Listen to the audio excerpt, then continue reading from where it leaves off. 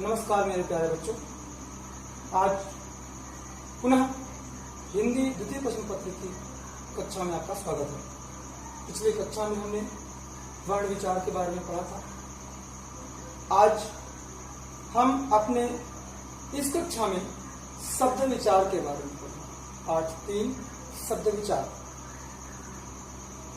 शब्द विचार जैसा कि नाम से आपका स्पष्ट हो रहा है, पाठ के नाम से, इस शब्द के बारे में हमें जानकारी प्राप्त होगी।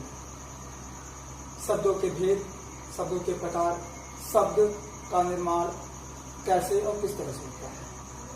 आइए हम शब्द के बारे में पढ़ते हैं। पिछली कक्षा में भी हमने पढ़ा था वर्ण के बारे में कि वर्ण भाषा की सबसे छोटी इकाई है और letter is the smallest unit of word. शब्द की सबसे सूक्ष्मतम इकाई को वर्ण कहते हैं। और अगर शब्द की बात करें तो वर्णों के सार्थक मेल को शब्द कहते हैं। जैसे आकाश, महल।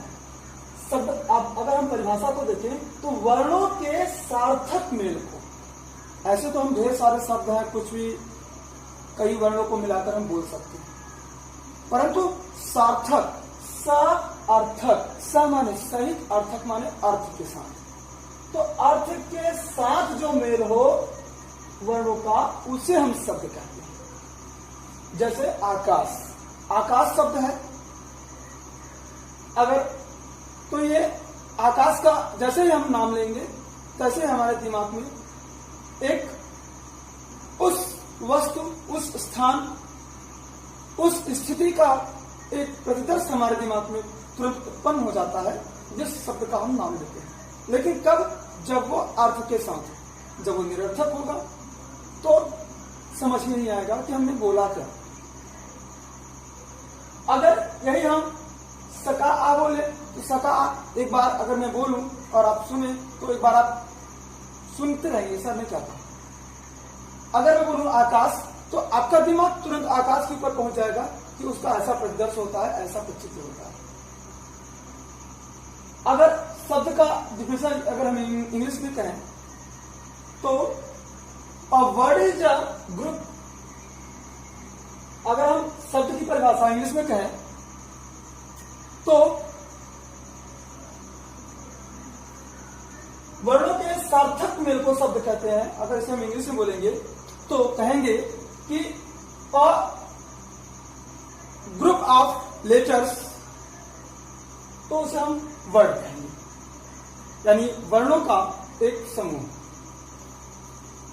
अब एक बात आती है, कभी कभी हमारे सामने आती है कि पद भी यहाँ पे है आपका वाक्य में प्रयुक्त व्याकरण के नियमों से बंधे शब्द पद कहलाते हैं।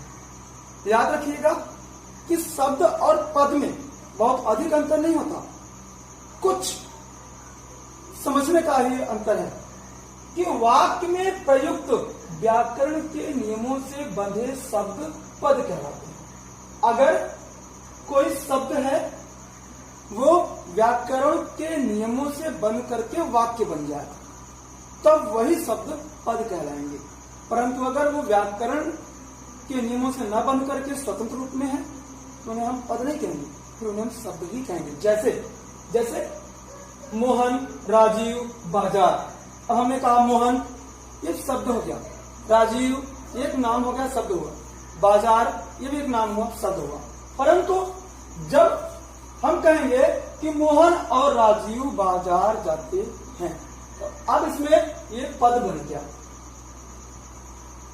तो इस तरह से शब्द और पद में थोड़ा सा अंतर है, इसे हमें ध्यान से समझना होगा। आगे आते हैं हम शब्द के भेद पर। शब्द का भेद, शब्द के जो भेद है वो निम्नलिखित ये 4 आधारों पर इन्हें श्रेणियों में बांटा गया, 4 श्रेणियों में बांटा गया है। निम्नलिखित आधारों पर 4 श्रेणियों में बांटा गया है। पहला है आधार कि उत्पत्ति के आधार पर, अर्थात जो शब्दों की उत्पत्ति हुई है उसके आधार पर। दूसरा है अर्थ के आधार पर, शब्दों के अर्थ के आधार पर उसे हम बांटते हैं। आगे है रचना के आधार पर, अर्थात तीसरा है प्रयोग के आधार पर। हम शब्दों का जिस तरह से प्रयोग करते हैं उसके आधार पर भी उसका वर्गीकरण किया गया है। और चौथा है रचना के आधार पर, अर्थात शब्दों की जो रचना हुई है उसके आधार पर। तो आगे हम उत्पत्ति के आधार पर हम थोड़ा विस्तार से पढ़ते हैं। पहला है उत्पत्ति के आधार पर। उत्पत्ति के आधार पर जो शब्द के भेद हैं वो कितने हैं? 4। उत्पत्ति अर्थात उत्पन्न। उत्पत्ति के आधार पर शब्द के 4 भेद हैं। पहला है तत्सम शब्द, दूसरा है तद्भव शब्द, तीसरा है देशज शब्द और चौथा है विदेशी शब्द अर्थात आगत शब्द जो कहीं से आए हैं। पहला है तत्सम शब्द। तत्सम शब्द का अर्थ हम पहले जानते हैं। तत्सम का अर्थ क्या होता है? तत्सम होता है तत्। तत्सम जो है वो 2 शब्दों से मिलकर बना है, तत् और सम। 3 शब्दों से, तत् और सम। तत्सम। तत् में होता, संस्कृत में तत्माय होता है उस, परंतु यहाँ पे तत् का मतलब हम यहाँ पे लेंगे संस्कृत से। सम मतलब बराबर, संस्कृत के बराबर। जैसे जो संस्कृत में थे वैसे बराबर बराबर हिंदी में प्रयोग हो रहे, में कोई परिवर्तन नहीं हुआ। परिभाषा में हम यहाँ पे देखते हैं कि संस्कृत के वे शब्द जो बिना किसी परिवर्तन के हिंदी में प्रयोग किए जाते हैं। हमने अभी आपको यहाँ संविच्छेद करके भी बताया, वही हुआ कि संस्कृत में जैसे थे वैसे ही हिंदी में प्रयोग किए जा रहे हैं, कोई परिवर्तन नहीं हुआ। परिवर्तन न होने के कारण इनमें कोई परिवर्तन जिन शब्दों में नहीं होता है वे तत्सम शब्द कहलाते हैं। जैसे हम अपने आम बोलचाल भाषा में आए दिन शब्द का प्रयोग भी करते हैं। जैसे कहते हैं अग्नि, रात्रि, सूर्य, प्रकाश, आम्र, कई सारे शब्दों का हम अपने आम बोलचाल की भाषा में प्रयोग करते हैं। तो इस तरह से हम समझेंगे कि रात्रि, अब अर्थ तो समझ में ही आवा किसका अर्थ हिंदी में होता है रात, अग्नि आग, सूर्य सूरज, प्रकाश उजाला और आम माने आम। तो ये सीधे प्रयोग अगर हम हिंदी में कर रहे हैं, इनका कोई परिवर्तन बिना के तत्सम शब्द है। वही यहाँ पे तद्भव शब्द था, तद्भव। तद माने उससे, भाव माने उत्पन्न या उससे परिवर्तन थोड़ा सा हुआ। तो अब परिभाषा से देखेंगे, संस्कृत के वे शब्द जो कुछ रूप परिवर्तन के साथ हिंदी में प्रयोग किए जाते हैं वे तद्भव शब्द कहलाते हैं। जैसे रात, रात। अब हमने इसके पहले तत्व में बताया कि रात को हम रात्रि कहते हैं, संस्कृत में रात्रि कहते हैं, हिंदी में क्या हम बोल रहे हैं रात। तो उसका रूप परिवर्तन हुआ, रूप परिवर्तन है और उसका हम प्रयोग कर रहे हैं क्योंकि उसी से वो उत्पन्न हुआ है। रात्रि से रात बना तो इसलिए उसको हम तद्भव कहते हैं। अग्नि से आग शब्द बना तो आग, उसको हम तद्भव कहते हैं। इस तरह से सूर्य का सूरज, प्रकाश का उजाला और आम्र का आम। इसीलिए हमने ऐसे शब्द लिए कि जो आपको आसानी से समझ आ सके। आगे है देशज शब्द। देशज शब्द, देशज शब्द वे शब्द जो क्षेत्रीय स्थानीय प्रभाव में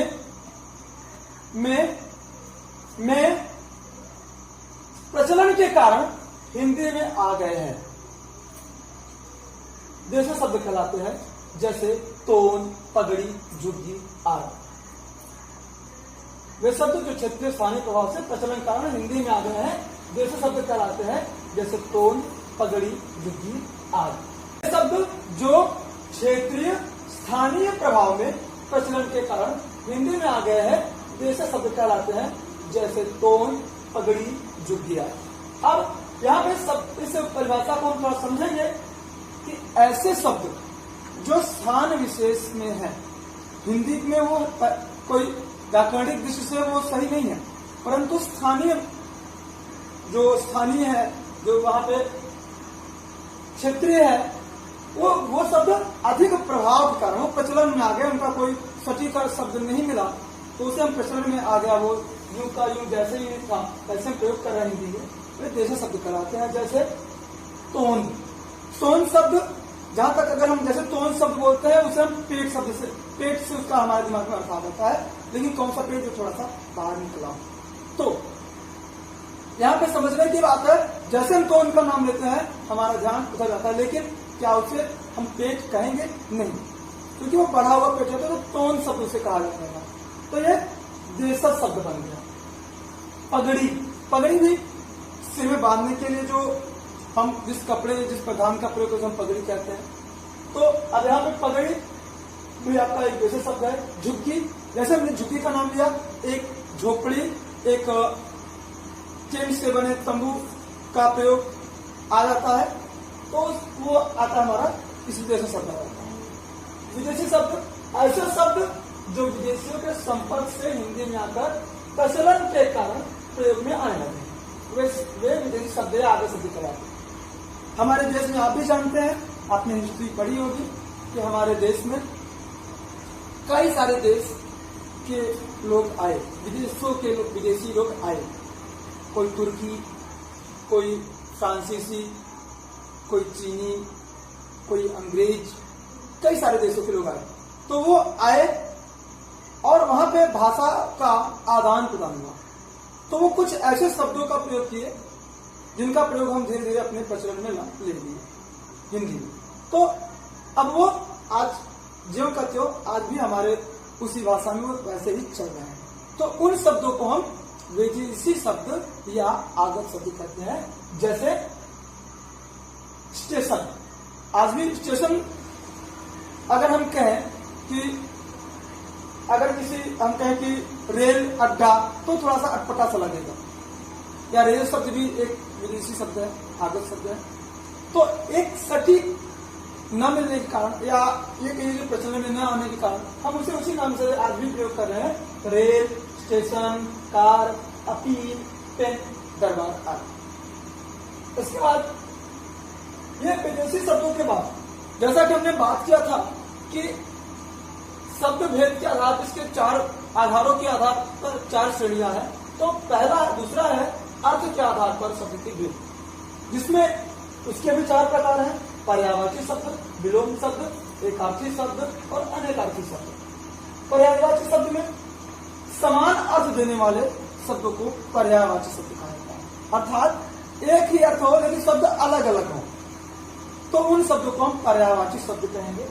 जैसे अगर हम बात सूर्य की करेंगे तो सूर्य, हम अगर सूरज का नाम लें तो भी हमारा दिमाग किसी स्थान पर जाएगा। भास्कर और दिवाकर, ये सब सूरज के ही नाम है। तो सूर्य का जैसे हम कहेंगे तो एक ही अर्थ देते हैं। ऐसे जल है, हम पानी भी कहते हैं, नीर भी कहते हैं, सलिल, वायु, ये सभी एक ही अर्थ दे रहे हैं, तो ये पर्यायवाची हो गया, जल शब्द के पर्यायवाची हो गया। अब आते हैं विलोम शब्द पे। विलोम शब्द पे विपरीत अर्थ देने वाले शब्द युग्म, याद रखिएगा, शब्द युग्म न कि शब्द। विपरीत अर्थ देने वाले शब्द युग्म एक दूसरे के विलोम शब्द कहलाते हैं। जैसे अंधकार, प्रकाश। अब शब्द युग्म क्यों कहा गया? क्योंकि ये एक जो है जोड़े हैं। अगर हम प्रकाश का आपसे अगर विलोम शब्द पूछें तो आप कहेंगे अंधकार, अंधकार का विलोम शब्द पूछेंगे तो आप कहेंगे प्रकाश। इसमें हमको एक दूसरे के क्या विलोम है, तो इन्हें हम शब्द युग्म इसलिए कहते हैं। मान का अपमान, इस तरह से कई सारे शब्द, सुख का दुख, और रोना का हंसना, दिन का रात, कई सारे शब्द हैं जिनका उल्टा होता है, तो उल्टा अर्थ देने वाला ये कह सकते हैं, या विलोम शब्द विलोम अर्थ देने वाले, विपरीत अर्थ देने वाले हम विलोम शब्द कहलाते हैं। फिर है एकार्थी शब्द, जिन शब्दों का केवल एक ही अर्थ होता है उन्हें एकार्थी शब्द कहते हैं। कई सारे शब्द आपको ऐसे मिलते हैं जिनका एक ही अर्थ होता है, अलग कोई अर्थ नहीं होता, तो उसे हम एकार्थी शब्द कहते हैं। जैसे कुर्सी, मेज, अध्यापक आदि। आगे है अनेकार्थी शब्द, जिन शब्दों का एक से अधिक अर्थ होता है। यहाँ पर समझने की बात है कि अनेकार्थी शब्द, अनेकार्थी शब्द में कि अगर एक ही शब्द है, शब्द एक ही है, लेकिन उसके कई अर्थ हो सकते हैं, अलग अलग अर्थ हो सकते हैं, अलग अलग जगहों पर, अलग अलग स्थान पर, तो उसे हम अनेकार्थी शब्द कहते हैं। जैसे हम कहते हैं अंक। अंक अगर हम आपसे पूछें कि अंक माने क्या होता है, तो आप तुरंत बताएंगे सर ये तो गणित का नंबर है, गणित के जो नंबर को हम अंक कहते हैं। संख्या, लेकिन और भी अगर हम पूछे नहीं और बताइए तो आप और भी सोच कर बता सकते हैं, जिसमें संख्या भी है और अंक माने बोध भी होता है, अंक माने भेद भी होता है। इस तरह से अर्थ हम कहते हैं, अर्थ आपके कहने का अर्थ क्या है, तो यहां पर हमने वाक्य बदल दिया तो आप कहेंगे सर कहने का मतलब क्या है। प्रयोजन, आप किस अर्थ से यहाँ आए हैं, आप किस प्रयोजन से यहाँ आए हैं, तो शब्द वाक्य के अनुसार उसके अर्थ बदल जाते हैं, तो एक ही शब्द के अलग अलग अर्थ हैं। अर्थ मन धन, कहते हैं भैया इनको आर्थिक स्थिति इनकी खराब, मतलब इनकी धन की स्थिति खराब, तो अर्थ धन मन अर्थ का धन भी होता है। आशा करता हूं कि आपको मेरे द्वारा समझाए गए ये परिभाषाएं समझ आई होंगी और आप इस पर पिछली कक्षा में मेहनत करते आ रहे होंगे और आगे भी मेहनत करेंगे। मैं आपको आगे कुछ होमवर्क दे रहा हूं जो आपको करना है, ताकि मुझे भी ये आभास हो कि हमारे बच्चे मन लगा के पढ़ रहे हैं, पूरे ध्यानपूर्वक पढ़ रहे हैं। आइए मैं आपको होमवर्क दिखाता हूं। आपका होमवर्क है पहला और दूसरा, पहला, दूसरा और तीसरा।